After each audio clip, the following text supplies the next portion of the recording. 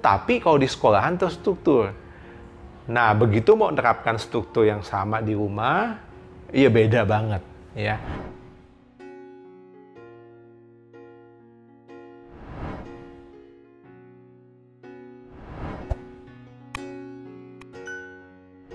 Hai, Mom and Dads. Dimanapun Anda berada, mudah-mudahan Anda sehat saat ini, ya. Kami dari tim Tanam Benih Foundation juga turut prihatin dengan apa yang sedang kita semua alami, ya. Tapi ya termasuk kami juga dari tim juga bekerjanya sangat terbatas, ya. Makanya syutingnya juga seperti ini, beda dari biasanya. Tapi kami tetap mau berkontribusi dengan situasi yang sedang terjadi sekarang, terutama untuk membantu para orang tua sekalian dalam menghadapi situasi ini. Dan yang saat ini tantangan yang banyak dihadapi oleh orang tua adalah mengenai penerapan home learning di rumah. Nah, saat ini saya hendak membagikan pengalaman saya dalam menerapkan home learning karena saya sudah 2 tahun menerapkan yang namanya homeschooling ke anak-anak saya. Baru 2 tahun, belum lama. Ya, tapi kami juga sempat mengalami adaptasi dari tadinya anak-anak bersekolah jadi homeschooling. Ada beberapa hal yang sama, ada beberapa hal yang berbeda. Jadi, mungkin tidak semua yang saya bagikan ini bisa begitu saja diterapkan, tapi mudah-mudahan bisa membantu. Nah, kesulitan utama ya dari melakukan yang namanya home learning, ya terutama di awal adalah karena masalah struktur. Jadi, yang namanya menerapkan kegiatan belajar mengajar itu perlu ada struktur dan sekolah menerapkan struktur itu. Ya, struktur apa sih maksudnya? Pertama adalah struktur waktu. Ya, jadi ada jadwalnya kan. Ya, masuk jam berapa, pulang jam berapa, tiap subjek berapa lama, begitu ya. Ada waktunya. Kemudian yang kedua adalah struktur tempat. Sudah ditentukan itu tiap murid duduk di mana, mejanya apa, kursinya di mana, gitu ya. Dan bahkan termasuk alat-alat yang digunakan ada di sekitar mereka. Jadi ada tempatnya dan setiap hari di kelas itu gitu. Yang ketiga yang paling utama adalah struktur materi. Jadi ada silabusnya. Ya, dalam setahun itu murid-murid akan belajar apa? Ya, apa yang harus dicapai. Nah, struktur itulah yang bikin bapak dan ibu, para ayah bunda kesulitan atau jadi pressure tersendiri saat mau menerapkan home learning. Karena artinya harus menerapkan struktur itu tapi di rumah. Ya, itu yang jadi tantangan karena barangkali orang tua juga tidak terlalu terbiasa untuk menerapkan struktur seperti itu kepada anak-anak. Nah, jadi kalau sekarang para orang tua merasa stres gitu ya, it's okay, totally normal. Ya, benar-benar normal karena memang kita ini tadinya anak-anak pulang, apalagi weekend, libur, tidak ada pelajaran dan kita tidak terlalu terstruktur kan di rumah. Tetapi kalau di sekolahan terstruktur. Nah, begitu mau menerapkan struktur yang sama di rumah, ya beda banget. Ya.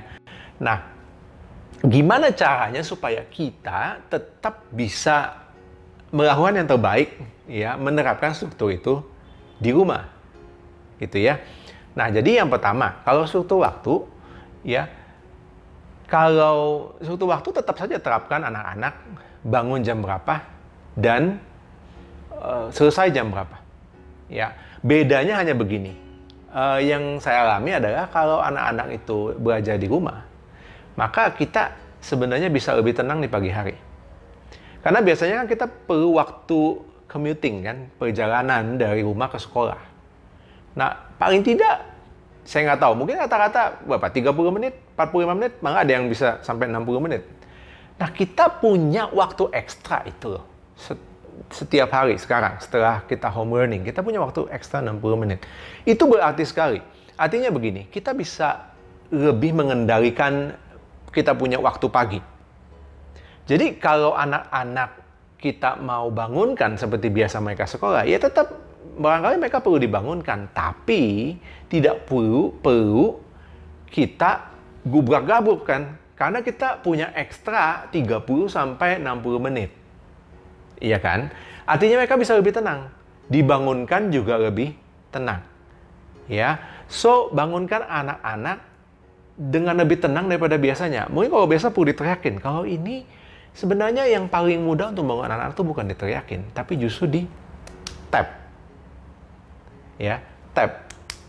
Kemudian orang tua nunggu 3 menit. Tap lagi.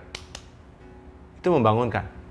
Ya, yang paling bagus adalah sudah mempersiapkannya di kemarin bahwa kamu akan dibangunkan jam segini ya. Gitu. Oke. Dan yang pasti kan tidak perlu sepagi seperti biasa kalau sekolahnya tidak menerapkan struktur waktu di rumah. Oke, jadi beda-beda tiap sekolah. Oke. Kalau memang sekolah menerapkan struktur waktu itu harus ada, harus on secara online, ya. Ya, oke, berarti banguninnya mirip-mirip. Tetapi perlu diingat bahwa kita punya ekstra waktu 30-60 menit yang membuat pagi kita bisa lebih tenang. Oke, itu bedanya. Kemudian kalau struktur waktu itu, artinya begini. Kalau anak-anak selama waktu mereka belajar, biarkan mereka belajar. Kalau waktunya lewat, sebisa mungkin ya. Karena ini akan ditentukan oleh hal yang lain atau faktor yang lain. Tapi sebisa mungkin tenang saja. Cukup cek saja apa yang membuat mereka lebih lama daripada jadwal. Kalau memang lebih lambat atau pelajaran tentu perlu waktu lebih banyak, dicek saja kesulitannya di mana. Oke. Nah, saya sendiri tidak menerapkan struktur waktu sampai sejauh itu, tapi yang diterapkan adalah perlu ada schedule, jadi sampai jam sekian mereka perlu selesainya sampai mana. Kalau terlalu lambat, maka saya cek apa yang terjadi. Gitu ya. Jadi mudah-mudahan orang tua bisa lebih tenang. Nah, yang kedua adalah struktur tempat. Ya, itu juga tidak banyak terlalu ribet karena cukup yang penting ada meja dan kursi yang posisi duduknya enak untuk mereka belajar, begitu ya. Biasanya meja makan kalau tempat lain tidak ada. Ya, kalau tempatnya terbatas. Oke. Nah, kalau makan siang bagaimana? Perlu pakai meja makan? Ya, anak-anak kan juga harus berhenti juga kalau untuk makan siang. Gitu ya. Kalau mereka punya meja belajar sendiri, ya akan lebih baik. Tapi tidak perlu terlalu bagaimana amat sih. Ya. Tapi tiap hari usahakan sama di meja itu juga. Ya. Kemudian itu juga berkaitan dengan alat yang mereka gunakan. Ya, bisa gunakan, itu juga nggak perlu ribet. Kalau tempatkan yang penting stationary, ya alat-alat tulis di dekat mereka. Pakai saja tempat pensil. Ya. Jadi katakan kepada mereka bahwa alat-alat tulis kamu selesai taruh di situ, nanti ambilnya juga dari situ setiap hari. Dan kalau sudah duduk di mejamu, itu sudah kamu bawa di situ. Itu saja sebenarnya. Dan kalau perlu alat-alat yang lain yang lebih banyak berkaitan dengan apa yang harus dikerjakan katakanlah hari itu atau minggu itu, bisa gunakan kontainer, kotak gitu ya. Kotak, taruh saja di situ. Ya, taruh saja di sana. Kemudian tumpahin ke situ apa yang dibutuhkan. Ya, terus taruh di dekat mereka. Itu saja sebenarnya.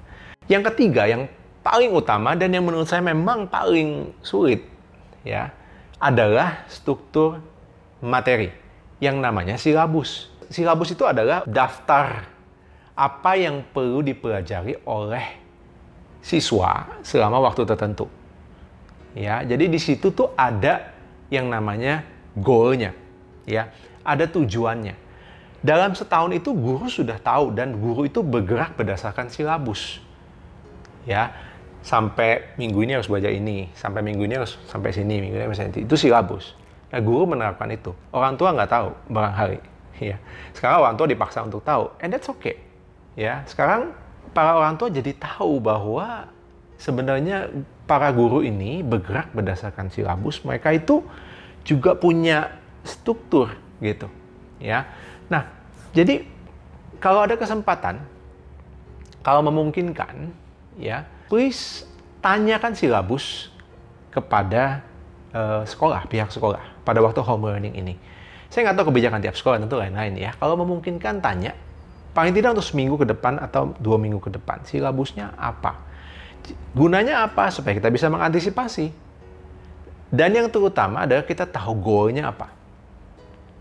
Tahu goalnya apa, tujuannya apa yang mau dipelajari oleh anak kita, itu sangat membantu baik kita maupun anak. Kenapa? Karena goal itu memberikan sense of accomplishment, rasa menyelesaikan. Jadi kalau para ayah dan ibu stres, ya, aduh ini mesti dikerjain, itu mesti dikerjain, ini mesti dikerjain. Salah satu cara untuk menurunkan kadar stresnya adalah di list sebenarnya goalnya apa. Per hari, kalau bisa per minggu. Jadi kita tuh tahu apa saja yang kita harus hadapi dan apa saja yang kita mesti selesaikan. Dan biasanya ya, guru juga memberi skor berdasarkan penyelesaian goal-goal itu.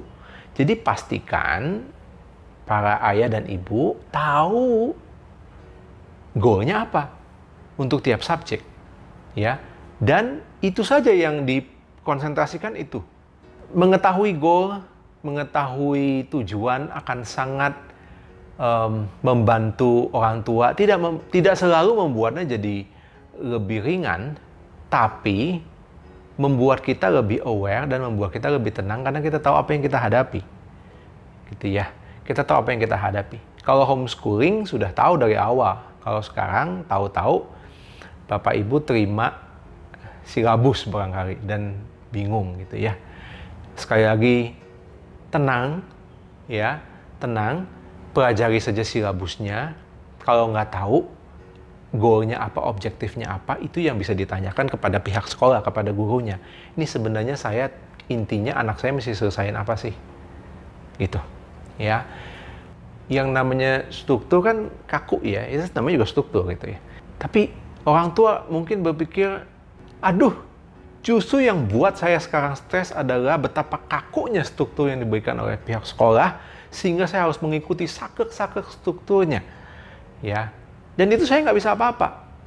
Saya memahami itu karena saya juga ngobrol dengan beberapa orang tua di berbagai sekolah yang beda-beda menerapkan home learning-nya. Jadi kalau parents punya pertanyaan apa gitu ya, yang barangkali mau diajukan, bisa taruh di komen, saya akan lihat, dan dari tim Tanam Benih Foundation kita akan coba untuk membuat konten ya berdasarkan pertanyaan-pertanyaan itu.